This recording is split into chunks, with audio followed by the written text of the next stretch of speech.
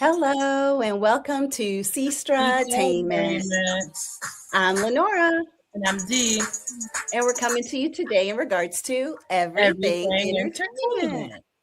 And so today, Sister is going to start first, and you can see we are doing this as a Yes. recording. So we are doing it a little bit different than we normally do. So just trying a few things out. And so, Sis, what do you have first? Yes, bear with me because this is the first time that I'm going to have to be doing multiple things and paying attention to a camera. So bear with me. But the first thing that I do want to go over is A House of Dynamite, which is a really good movie that, well, let me say it's good, but then also the end pissed me off, but it's fine.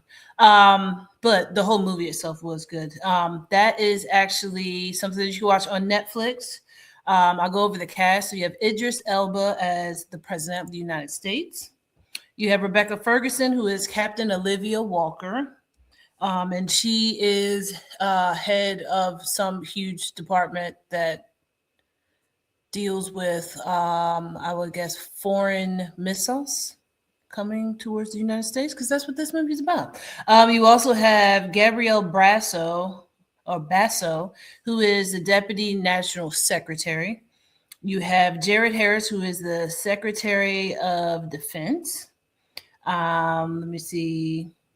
You have Tracy Letts, who is the General Anthony Brady, who is just somebody who is just on the who is has his little 2 cents, but about everything that's going on. You have Anthony Ramos, who is Major Daniel Gonzalez.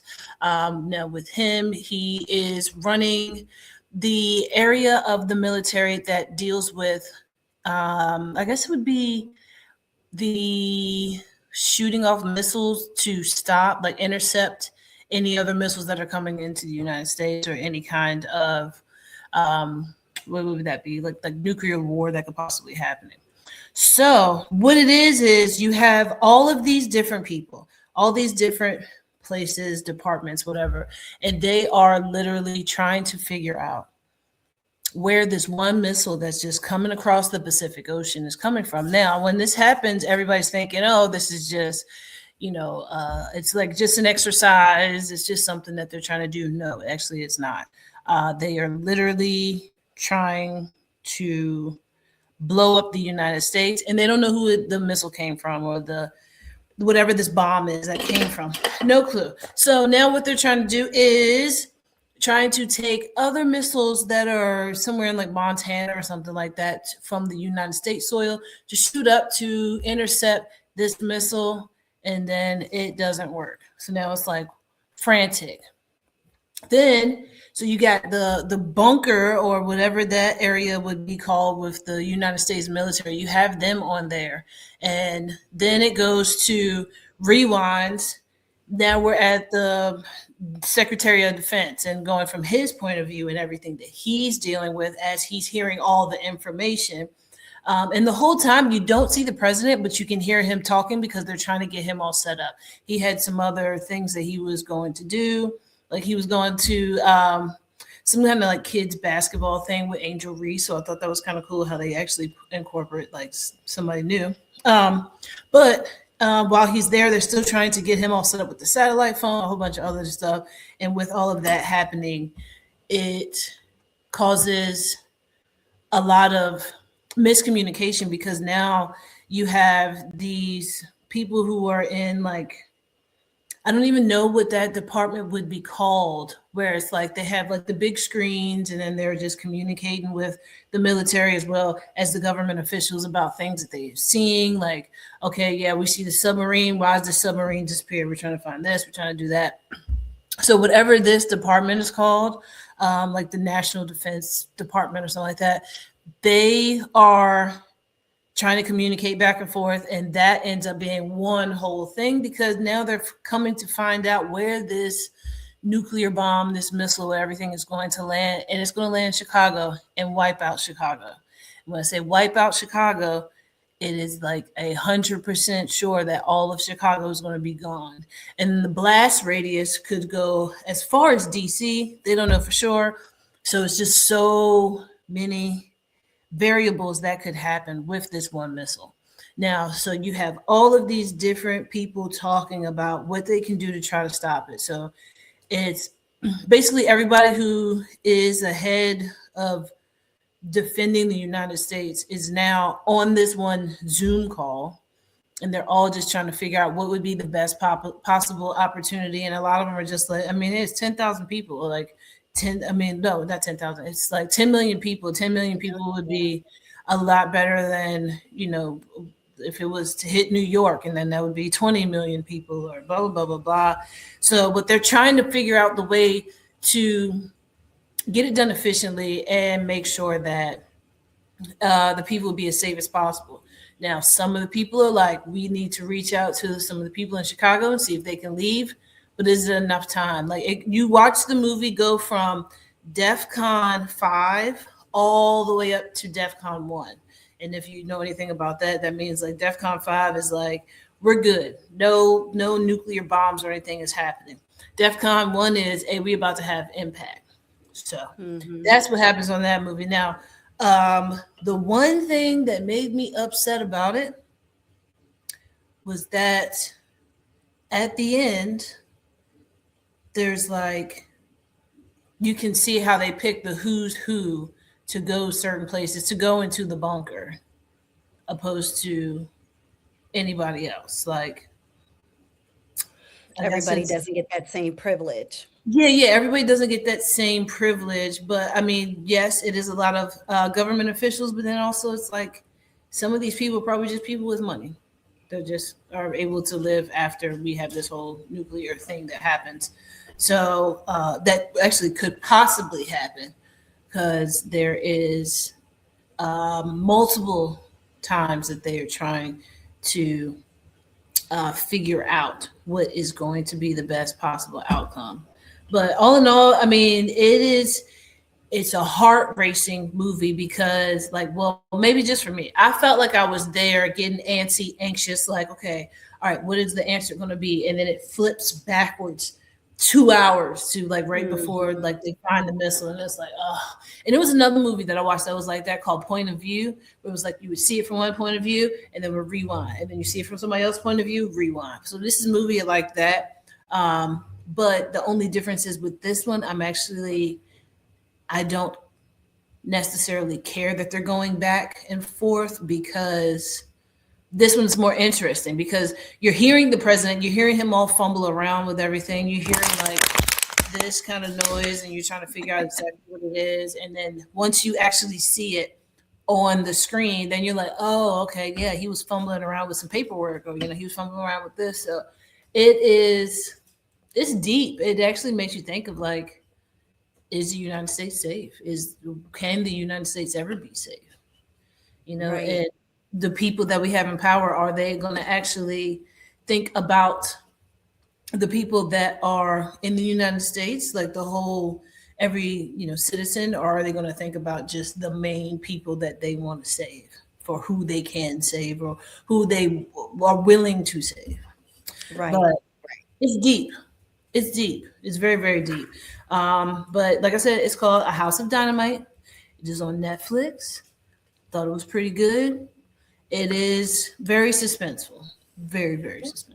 So check it out. Yeah, I watched it too. And yeah, it was definitely suspenseful. And I did like the different points of view because you're right. You're like, why was the president distracted? And then you end up seeing it from the president's point of view. And you're like, oh, now I know why he was distracted. And, oh, what's going on over here? Oh, now I can see why this is actually happening. So yeah, it was, and giving you information too about what you can and can't share when you even have family that might be in Chicago. Yeah, exactly. So, can you let them know? Can you give them a heads up, or do you have to just give them a call and say goodbye, and they don't even know what you're saying goodbye to? Exactly. Like it's like some of them are in the defense room, the one that I told you about, where they could.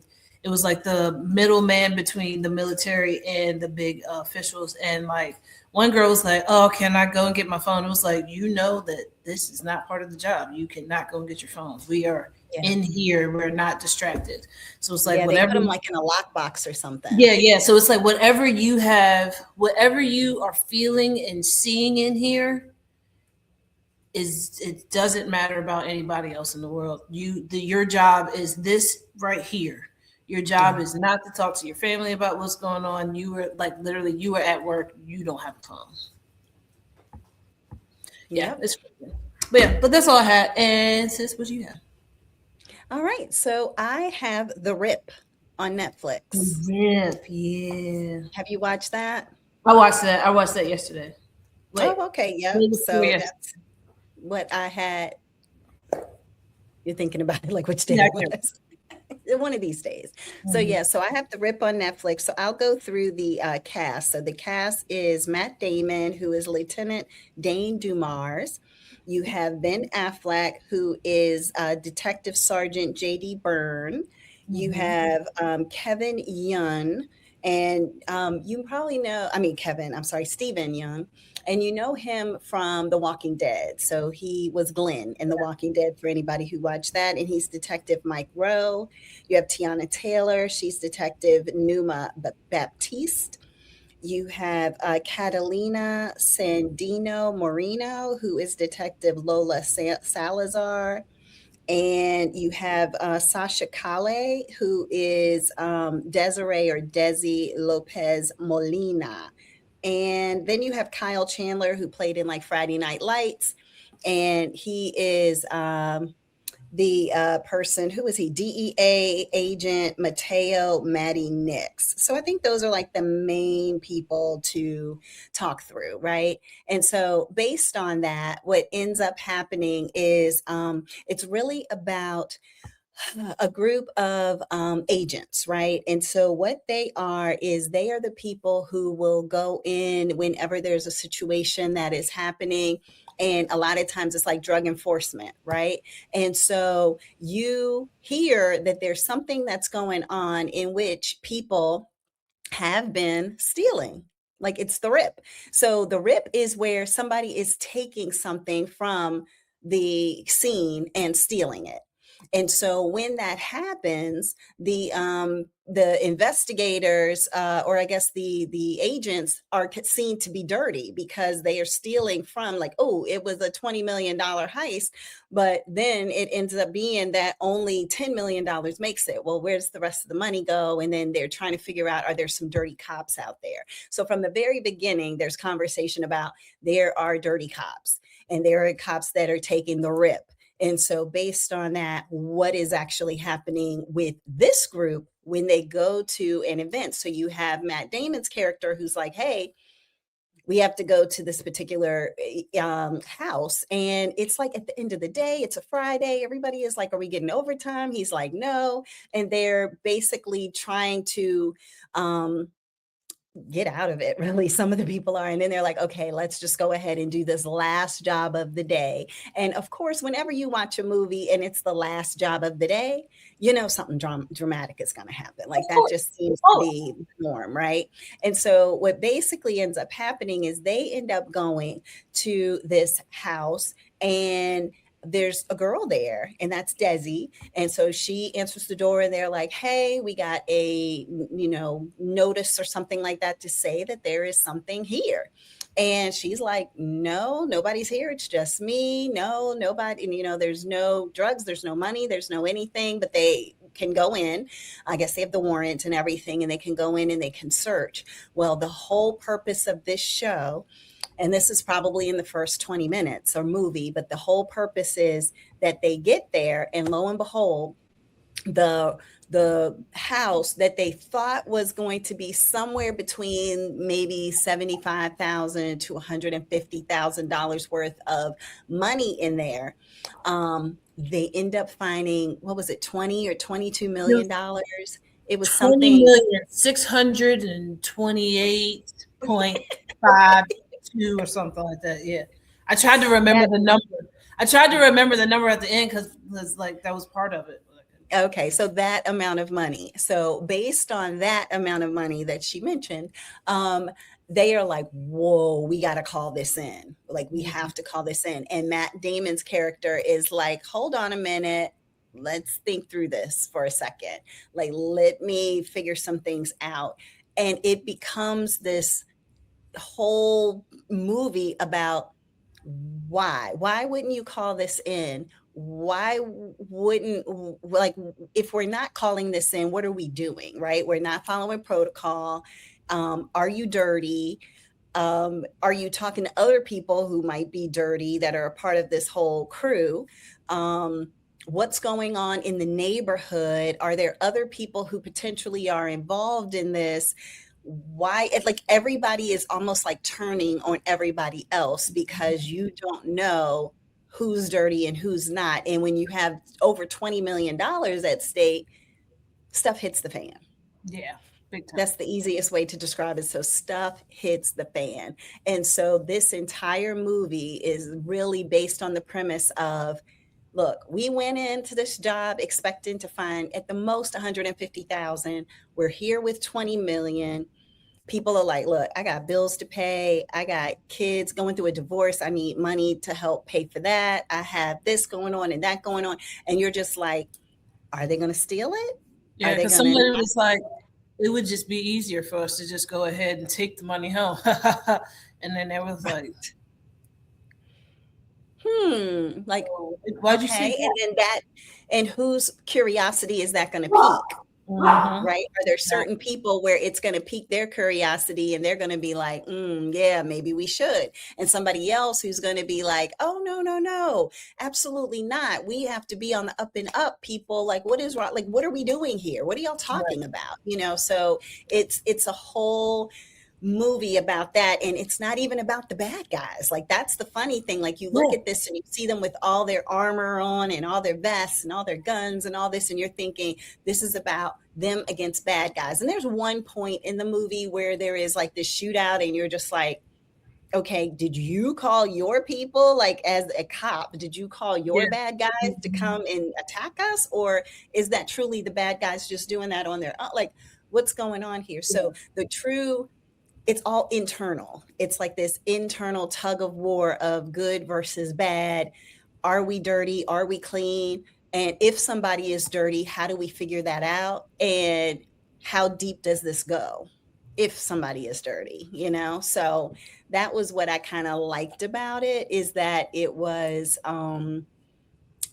I didn't pick up. Did you pick up on who was the dirty? I picked up on one of the people that I thought was dirty, but I didn't pick up the other Um, I without giving anything away.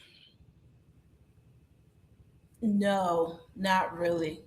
Um, no, I don't think I picked up on anything. I was just kind of like, because as the movie goes on, it's just it's one way, and then it flips to another way.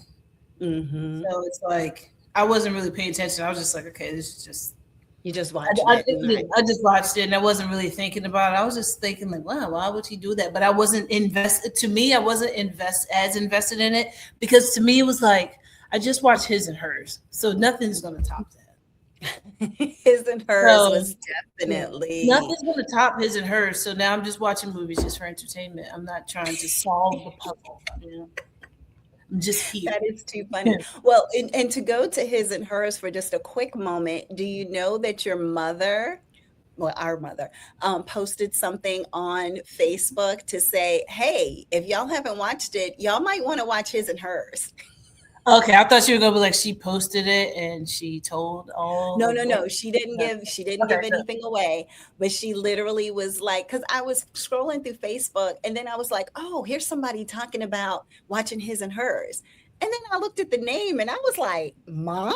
Yeah, Mom yeah. But watched I talked to mom about it. Like I talked to it. mom, and I was like, She mom, told me. watching his and hers, and then she called me back. She was like, so look, I watched it, blah blah blah blah blah, and then she was telling me about cousin Alice, was it cousin Alice who read the book, and now she's like, oh, I think I might want to read the book, and I was like, good, that will keep your attention, Yeah. Then she told me after that, she was like, oh, then I've heard the book isn't really like the movie, like they wrote it differently. And she was like, I read a couple of excerpts from it on Amazon, and I was like, no, I don't know what that is. I don't want to read it.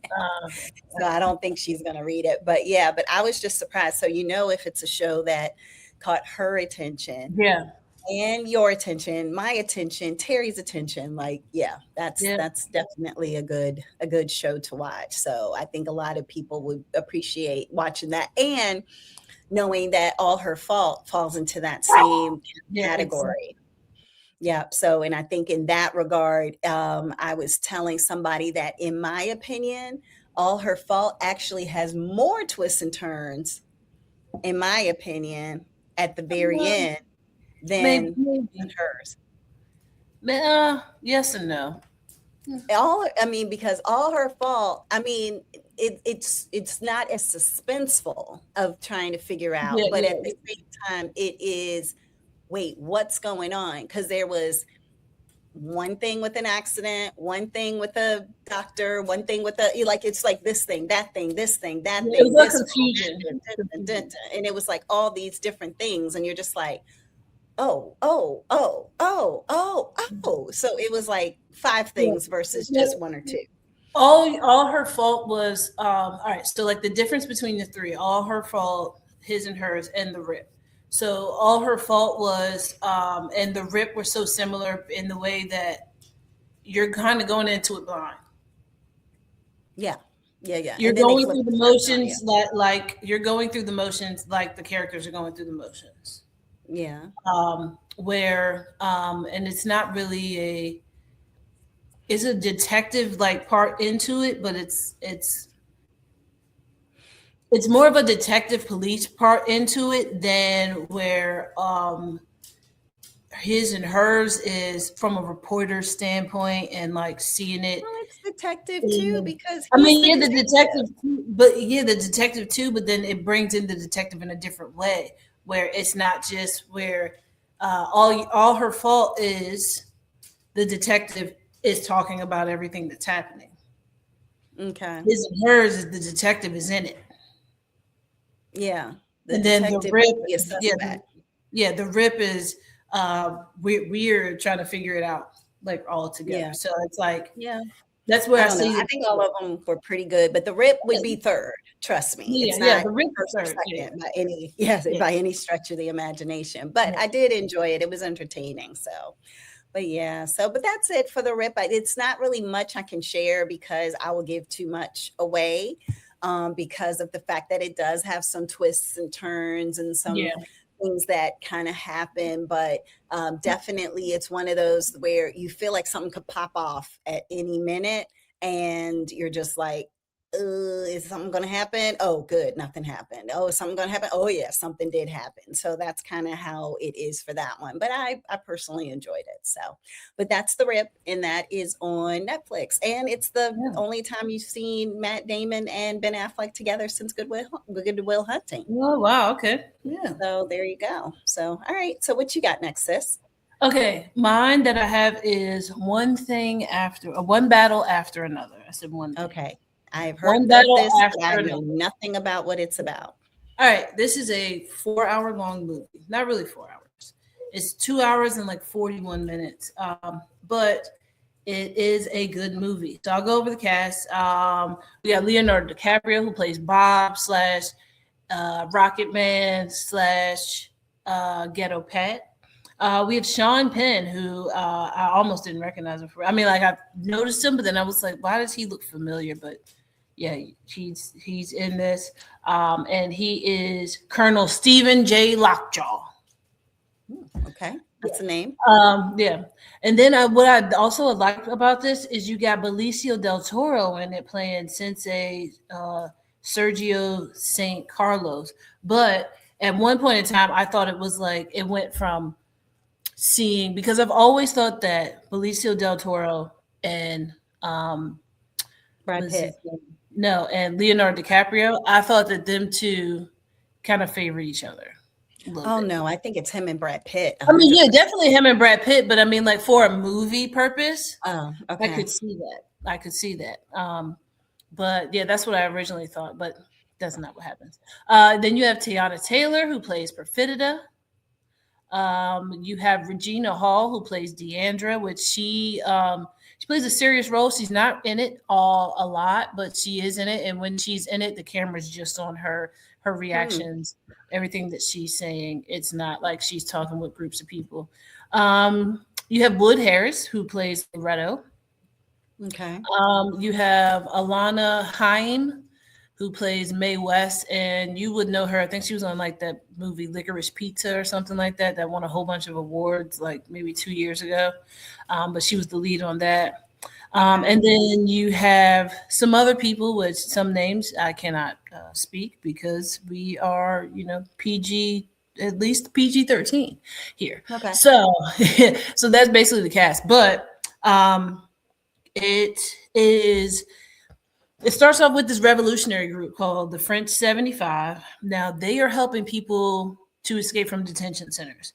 And the people who are holding them in these detention centers are the US government. So it's like the Army, the Navy, all of these people who are holding these people in a detention center in California. So the revolutionary group French 75 has the Tiana Taylor Perfetta character, also Ghetto Pet, Rocket Man, aka Bob. He is also in it. Now he is the bombsman. Leonardo DiCaprio's character is the bombsman, so he's good at making bombs, blowing stuff up. That is his all-time favorite thing. Now, Perfetta, who is Tiana Taylor's character, she is, I don't even care. Like, I'll give me a missile launcher, I'll use it. Give me the AK, I'll use it. Give me the gun, I'll use it. We are making a stand. Like, I'll be the voice. I'll call people and tell them what's going on. That's how it is. So they end up, once they are releasing people from detention centers, then the next step is, okay, now we have to let the government know, hey, you have been doing this and wrongfully treating our people. So now what we're going to have to do is we're going to have to bomb some of these big wig offices. Like it's the middle of the night, ain't nobody there. Should nobody be there at 2:00 in the morning, 3:00 in the morning? So she's the one on the phone leaving voicemails, being like, this is what's happening, and this is for women's rights, this is for human rights, things like that, as she's talking about why these buildings are being destroyed, or not even the buildings, but even like why these offices are being destroyed. And she said, sincerely Perfetta Beverly Hills. That is her code name or whatever for the French 75. Now, some things happen, and then they have to be on the run. So now, while they're getting ready to be on the run, Perfetta has a baby, and that baby is like, she has postpartum depression. So she doesn't feel loved by Bob, Ghetto Pet, whatever you want to call him. She doesn't feel loved by him. She feels like, she's like, he just sits here like that's his only girl, and I'm nothing. Like, I'm just here to milk his kid, but it's like, everything has changed. I'm not even a person anymore. Now I'm a mother, and how has everything changed just because I've had a child? Like, I don't have the respect that I used to. So she was going downhill with that. And he just felt helpless because he was like, there's nothing that he can do in order to fix the situation of how she's feeling. So she dips and she leaves him with the baby. He has the baby. They have to be on the run. Now they're on the run. Fast forward, it goes into 16 years later, and that baby is now a teenager.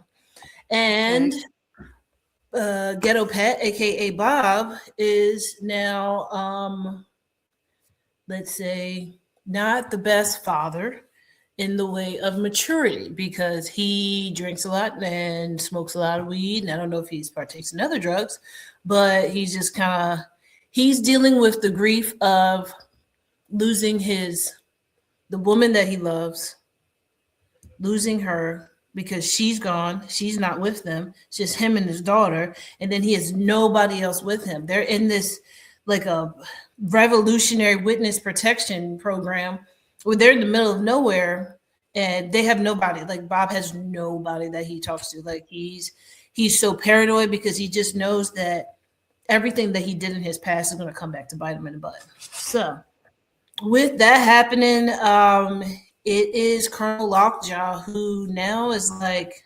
I know that they had a baby, and I want to find that baby. I want to find this guy. So now he's going around, and he is still in the military. He's asking people over top of him, hey, I need you to make sure that I can go to this area. So like make up a reason why I can go to this area. Once they go to that area, then it's like, okay, we're supposed to be looking for heroin in this place, but actually I need a whole different group to come with me up here because we have two people that we need to find, a teenage juvenile and, a juvenile female and a, older male, and, gives all the information about him, but he wants the father dead and the daughter apprehended. So why is all of this happening? Why is he's just so bent on making sure that he finds this girl? Because there's something going on with this girl. It's like this girl reminds him so much of Profeta, her mother. And her mother was the main one who was the face of the Revolutionary 75. So therefore, it's like, is she going to be like that? Like how? Like I want to find her. I want to see what's going on with her, how everything is with her, and there's more into that as well. So the whole rest of the movie, the like 40 minutes is they're blowing up stuff. 2 hours is them running, basically. Them running. Bob being paranoid, and he's already paranoid, and then he's smoking weed, so then that way he makes him more paranoid. But he can't remember some of the code names that he was supposed to remember, like, because with this, they are literally using like ham radios, they are using CB radios or whatever you want to call them. They're using different verbiage. So it's like one of the things is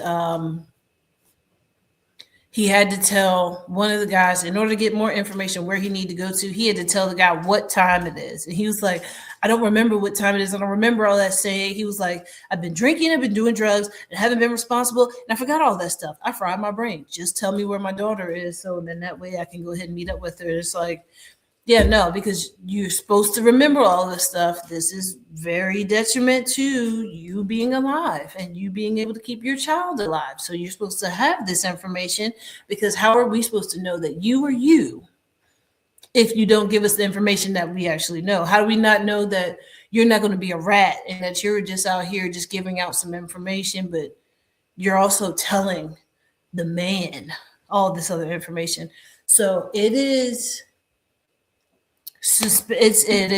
another anxious movie. But then I did have a lot of comical moments of following Bob around as Bob is trying to get to his daughter. Bob is not all put together. Bob's running around with his robe on, and like he's like pajama pants and a t-shirt and his robe and like some big bulky looking shoes that he's running around with, trying to be able to get to where he's going to. He just can't get anything together. He's trying his hardest, but he's just like, yeah, I need to charge this phone. And it's like, okay, yeah, we'll charge it upstairs once we get into this area. And then as soon as they get upstairs, he's looking for an outlet. It's like, no, man, we're not going to here. We're going back over this way. He's like, okay. So he goes to another room. He's trying to outlet. Hey, man, we're going further to the back. He was like, I just need to charge the phone. It's like, okay, we're going to charge the phone once we get to this area. So wait till we get to this area. It's just, it ends up being very, very good movie. It does kind of leave some things open where you can't really get full closure, but you do get some closure. Like there is a couple of questions that are unanswered, but you still get the information of Lockjaw, Bob, the daughter Willa, and the other revolutionary, Deandra. And so you get that information about them, but there are some bits and pieces that you're not going to fully get. But for a movie as long as Titanic, I think that it kept my attention. It did keep my attention. So it's not painful to watch.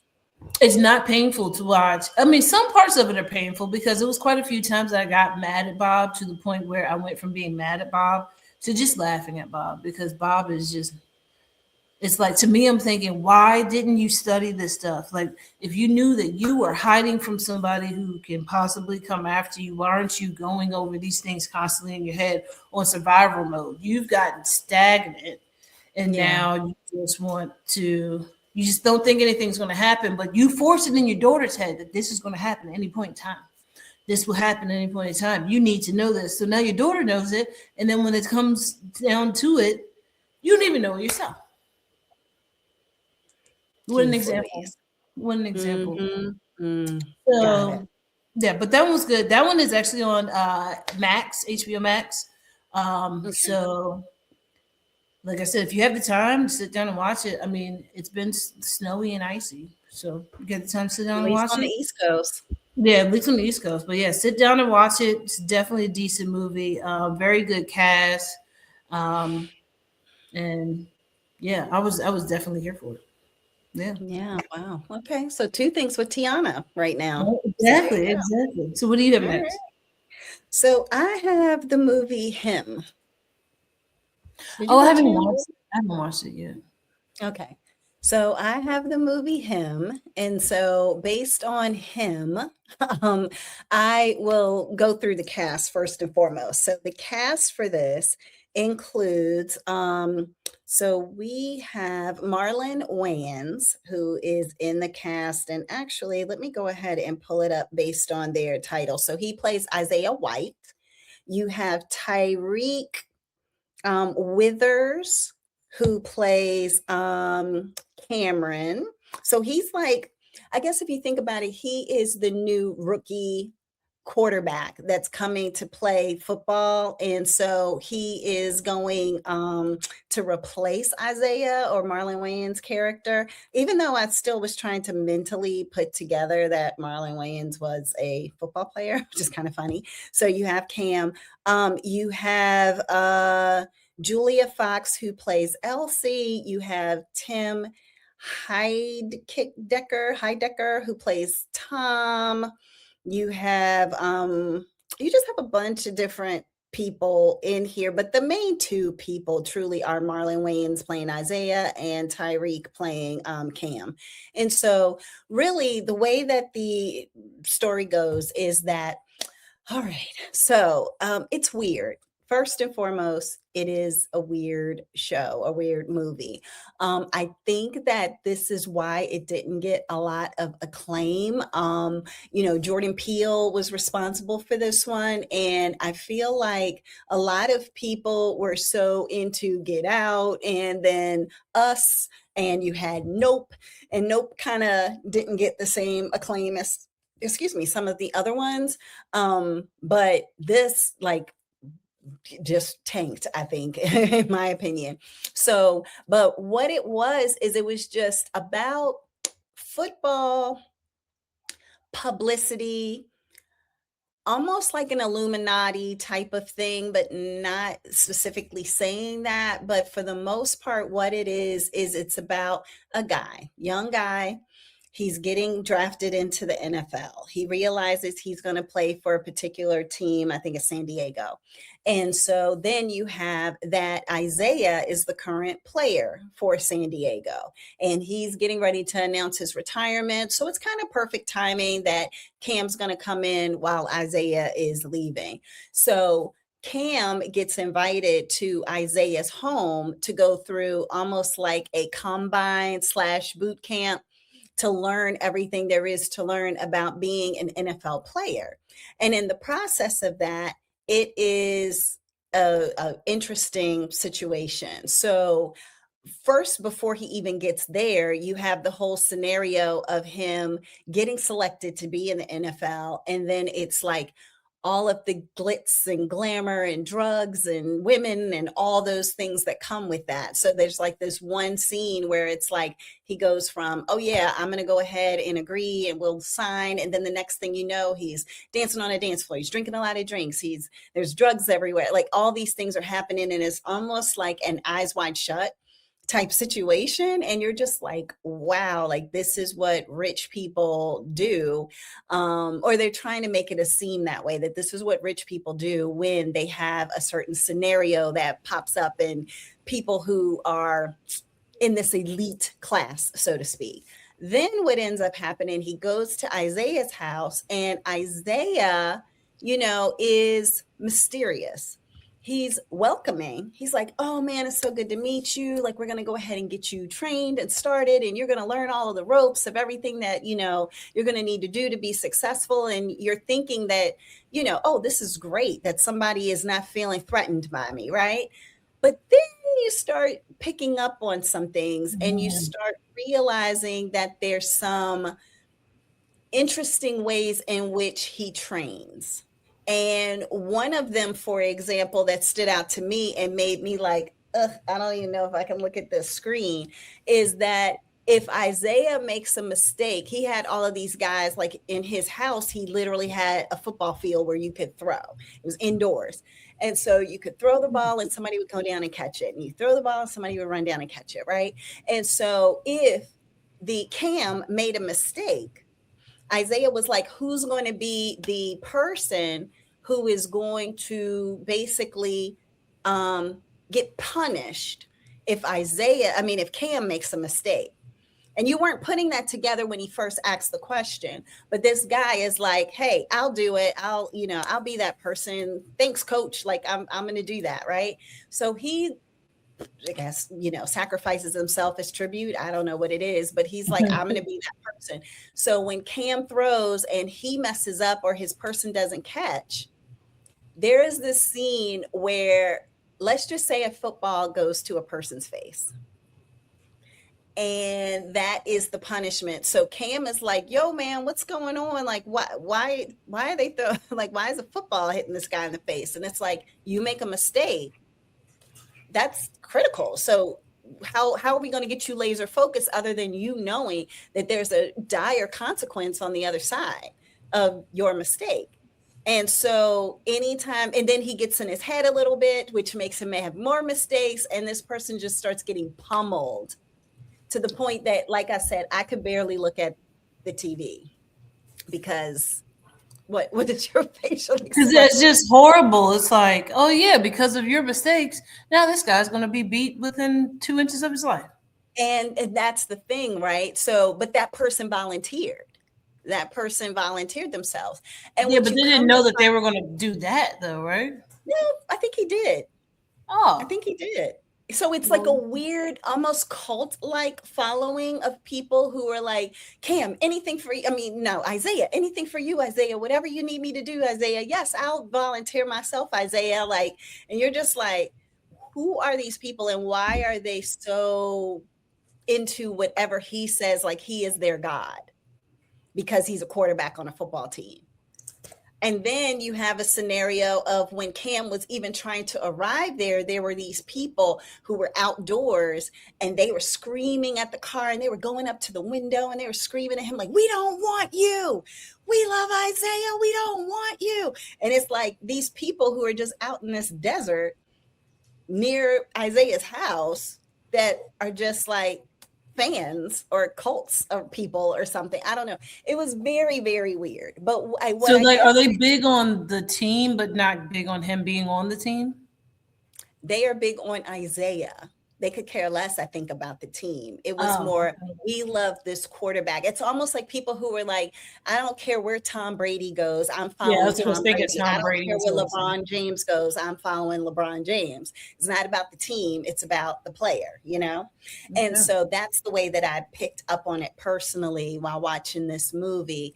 And so then there becomes this whole thing of them basically trying to get Cam to kind of, for lack of a better way of saying it, sell his soul, like, what are you willing to do? What are you willing to give up? What are you willing to sacrifice in order for you to get this contract, in order for you to be able to be the top of the top of the top? And we'll get you there, but you got to give us something, and whether or not he takes them up on that deal. Is what the whole movie is about. And what I will say is that at one point in the movie, it's just like a bloodbath. It's like Kill Bill or something. It's just the weird, it's just weird. But like it's a lot of blood. It turns into a Tarantino film. It kind of does. It kind of does. And I'm just like, wow, okay. But then you leave it and then it's like over and you're just like, okay, but what did I watch? What does this mean? Like, what's the purpose? And I honestly didn't even care enough because, sometimes I'll watch things like, for example, the movie or even the TV series with like Lovecraft Country, right? And it was like, it was weird and it has these weird things, all these eyes, and it's this and it's that, and it's But it was magical. sci-fi. It was sci-fi, it was magical, it was going into space, but it was turning into a white woman, and it was this and it was that. It was a lot of things. And it made me want to like research further on YouTube. This did not make me want to do that. This was just more like, oh, okay, that was a weird movie. And I wasn't invested enough to then want to research and find out more about the symbolism of it all. So I have no idea. I probably should have, just for the sake of the podcast. I think the symbolism was just supposed to be of like how people will do anything for whoever's on top. Right. So and then that's that the way thing. they have the It's clout like, or whatever. Right. And it was almost like when you go through this ceremony to become the person on top, physically, Isaiah went through a ceremony to become the person on top. And when he went through that ceremony, the person he was replacing lost their power. Oh, so it's like the Illuminati. That's why I said it had that Illuminati kind of feel to it. Yeah. Like as an over, well, they didn't say it in that way, but it was like that. And then it's like, okay, so as they're about to or talking about, crowning Cam, because Cam was like his wife. Isaiah's wife, which is weird, but Isaiah's wife took Cam, the new guy, to this crowning ceremony, right? And so basically Isaiah was like, nah, I'm good. I'm going to stay here. But I think it was because he knew, why would I go and witness that? I know what that means for me. So I'm just going to stay here. I'm going to pump iron. I'm going to be in the gym. I'm going to be like trying to keep my power. I'm going to try to keep my strength, like that's what I was picking up on, the symbolism of it. But then, Cam is there and ready to, sacrifice potentially or sign on the line or whatever it is. And so it's an interesting, weird movie that, as you would say, see it or not, like see it or not. That's what I was thinking. I was like, I saw the previews for it and I was like, it probably is a really good movie, but I don't know if I would want to watch it. Yeah. I don't know. I would have to be in a right mental place in order to watch it or something like that. Yeah. I don't even think it gets that deep into the mental, honestly, but I think Marlon Wayans does a really good job of playing a serious role and like a in your face screaming, yelling, like you ain't nothing, you're never gonna be nothing, blah blah blah kind of thing, but to get into that guy's psyche, you know what I mean? So I think he did a good job with that. I don't know enough about this new actor to know who he is. I've just never seen him in anything before that I can recall. But he held his own, I think that he was believable in that character. And so, but yeah, the whole wife and her being a little weird and eccentric. And as I was watching it, I was like, all I could think of was what Cat Williams said, like, oh yeah, and they always got an ugly wife. And I was just like, a light, ugly wife. And I was like, oh my gosh, because she was like one of those people that like, if her hair was blonde, she dyed her eyebrows blonde. So you couldn't even really see that she had eyebrows, and she was white and she had like this pasty kind of makeup on and like a red or whatever lipstick, like very Marilyn Manson feeling. You know what I mean? Like just different.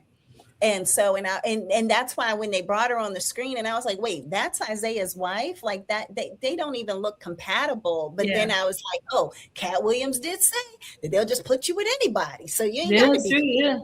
but you with an ugly wife. And so that's kind of where my brain went as I was watching this. Is like, maybe they're compatible, maybe they're not. It was weird things that were happening at the house, and people were breaking in, and blood, and it was just a little all over the place. So I'm done with saying what it was about him. I mean, just all the blood just makes me be like, that would be a lot, because I know it's probably super graphic, right?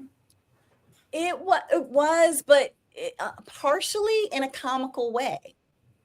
Like, how Kill Bill even had it where some of it was just like a little silly. Like overkill, silly. Yeah. Okay. Yes. Right. Like somebody, for example, if you're in an Illuminati setting, let's say, right? Well, when it's Eyes Wide Shut, Illuminati kind of thing, people have masks on or something. So like one person had on like a pig head. Well, then all of a sudden the pig head pops off, and then you have where blood is just spewing everywhere. And, it's just like over the top. Yeah. It's not like a horror movie. It was more like, it was like excessive. And like, I just was watching it. That part didn't bother me as much as the guy getting hit in the face with the football. Like that part bothered me. And I was like, ooh, that's hard to watch, because you could just feel the pain. You could feel that his nose was probably broken. You could feel all those things, whereas with that, I was just like, this is ridiculous. Like, what is happening here? Like that's how I took all of that blood and gore. So, but anyway, so that is him. It's on Peacock if you want to watch it. Okay. And that's all I got. So what you got, sis? We got about 9 minutes left. So my last one is, let's go upbeat. Let's go upbeat, Yay! guys. All right, so last one is Lyle, Crocodile. Not the book, but the movie. I didn't know there was a book. Yeah. Lyle, Crocodile is a kid's book. Oh, so this is the movie based on the kid's book that is also a musical. So I don't like musicals, but this one actually, it didn't seem like a whole bunch of talking being like sung at me. It actually was, these songs made sense and fit what needed to be there. And like I said, musical. Yeah, but I mean, look, it's a kids family movie. I watched it with Queen and the kids, so it wasn't bad. But it wasn't.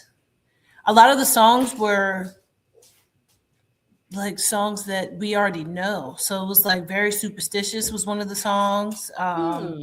Yeah, so it's like actual songs that are real songs in here. Plus, they throw in some songs that are written by the man who had done this, who also done what is the one with Hugh Jackman that was the musical that everybody loved? Oh, Moulin Rouge. No, you're talking about the greatest showman. Yeah, the greatest showman. So the guy who wrote that and produced and directed all that, he also did Lyle, Crocodile. So if you don't know anything about Lyle, Crocodile from the children's book, so there's a magician, and he wants to find an erotic animal. Like he wants to find, exotic animal. Erotic animal is.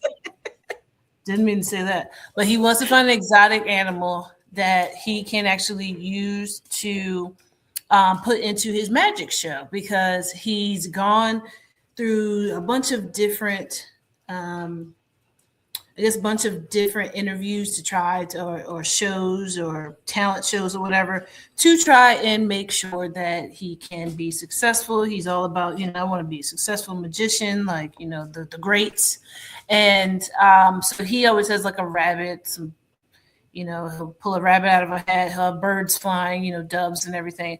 But he wants something else. And what he actually does is he goes to it's like a pet store. It's an exotic pet store. He goes there and there is music being played like in the store. So as he goes to the guy, I was like, hey, I'm looking for something exotic that I can use for, like he said, I want it to be very weird. And then it's like, okay, all right, well, let me see what I have. So he starts naming off stuff. You have spiders that can dance. He was like, yeah. He was like, well, I got, a bird that can talk. And then he was like, well, I do have this. Let me pull it out for you. And as the guy goes to the back, the magician, whose name is Hector, he actually hears something singing. Like he hears somebody singing. And as he goes, he's looking in the back, looking through all these crates. And then it's a little tiny crocodile. He's like this big. So cute. Okay. Yeah. But it's Lyle's in there and he's singing, but his back is to, like, Hector is behind him. So his back is to him. So he's like, all this singing is happening. And then as soon as Lyle turns around, which his name is not Lyle, but as soon as he turns around, then he stops singing. And Hector's like, no, please go on, continue. And then he doesn't want to sing. He doesn't want to do anything. And he was like, no, I'll be your friend. And then on the top of where it says what's in the cage, it says crocodile, but some of the letters are all messed up. So he could only make Lile. So he said, I'm going to call you Lyle. So that's how Lyle gets his name. He buys Lyle. Him and Lyle are out in the streets. He's trying to show him, hey, man, this is where we're going to live at. This is some stuff that I have going on. We're going to be like the great show. It's going to be amazing. Everybody's going to love us. But he has Lyle singing and dancing. But Lyle will only sing and dance for him because that's who he feels comfortable with. So now when it comes to him for showtime, Lyle doesn't want to sing, and now Hector is hurt because of the fact that everybody is laughing at him. He feels like he's a laughing stock, trying to tell everybody, yeah, my crocodile sings, and then his crocodile does not want to sing. Now, he leaves Lyle because he's so mad at Lyle. He leaves Lyle for 18 months without anything inside of an apartment in the attic, and was like, if anybody shows up, just tell them you're stuffed. Like, bro, what are you doing? So he leaves Lyle for 18 months, and a family moves in. As the family moves in, the son is they moved from, let's say, like the suburbs where it's quiet and nice, and like all these kids have friends that live in the neighborhood. So now they're in the big city, and the kid is like, did you know that there's this many muggings that happens, and you know this many murders that happen, and you know that these are how many deaths happen with this, and you know how many people get kidnapped over here? And the parents are just like, okay, stop watching TV, get off of Reddit. You're just like, you're going to enjoy yourself. Now, the boys has like, so it's like 3 or 4 floors is this whole house. It's like a brownstone. So there is somebody who lives downstairs who is a dude who has a cat. The cat is hilarious because the cat has its own feelings, but the cat is supposed to be prissy because the owner of said cat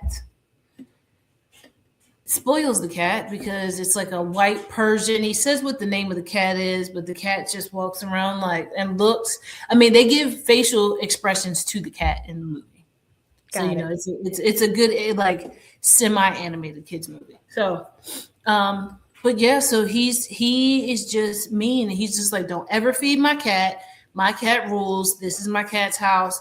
You all upstairs. I don't want you to be loud. Make sure you know where your trash cans are. Make sure you do this. Make sure you do that. And if not, then my lawyers will be speaking to you. And they're just like, bro, what are you even talking about? We just got the keys. We haven't even been inside yet. Right. But the son ends up hearing something upstairs. And once he hears upstairs, he goes and he looks, and inside this big glass thing is Lyle standing like this with his mouth open. Like he's a stuffed crocodile, but he's not breathing. And then as soon as the boy leaves, and he's like, oh, and then you see all the fog come up on the glass thing.